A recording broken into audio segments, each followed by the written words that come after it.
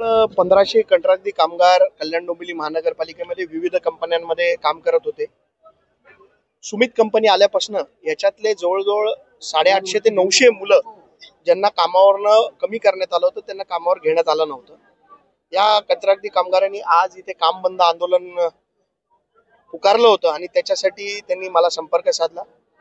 मी कल्याण डोंबिवली महानगरपालिकेचे आयुक्त अभिनव गोयल साहेब, त्याचबरोबर बोरकर साहेब, हर्षल गायकवाड यांना संपर्क साधला आणि आयुक्त असतील किंवा महापालिकेचे अधिकारी असतील यांचा एक पॉझिटिव्ह रिप्लाय की या सर्व कामगार जे आज बाहेर आहेत त्यांना आम्ही 15 ऑगस्टच्या आत या कॉन्ट्रॅक्ट कंपनीमध्ये जे 1 वर्षाच्या अधिक काम करतात त्यांना सगळ्यांना कॉन्ट्रॅक्ट बेसिसवर कामावर घेण्याचं आश्वासन आज दिलेलं आहे आणि त्याबद्दल मी महापालिकेचे आभार मानतो। कारण ही कचऱ्यामध्ये काम करणारी गेल्या 8 वर्षापासून कोविड मध्ये काम करणारे माझे कामगार आहेत, यांना कुठेतरी नवीन कंपनी आली म्हणून रस्त्यावर काढणं योग्य नाही आणि माझं तर ठाम आरोप आहे की यांच्याकडनं काही दलालांनी 50-50 हजार रुपये तुमच्याकडनं आम्हाला द्या तेव्हाच तुम्हाला कामावर लावू असं देखील यांना सांगितलं होतं।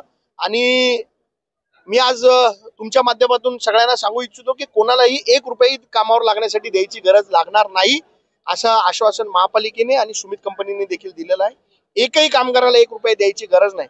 मी काही ऑडिओ क्लिप्स तुम्हाला देणार आहे आज, त्या ऑडिओ क्लिप्स मध्ये आपल्याला कळेल की या कामगारांना कसं वेटीस धरला जात होतो आणि 50-50 हजार रुपयाची डिमांड केली जात होती। तर आज ते आयुक्तांनी सगळे हे खारिज केलेलं आहे, कुठलीही 1 रुपया कोणाला द्यायची गरज लागणार नाही आणि या सगळ्या कामगारांना 15 ऑगस्टच्या आत पूर्णपणे या कंपनीमध्ये कामाला घेतलं जाईल। पैसे मागणारे दलाल आहेत, हे दलाल कंपनीचे काही लोक होते पण कंपनीने आता त्यांना बाजूला केलेलं असं आम्हाला सांगितलेलं आहे।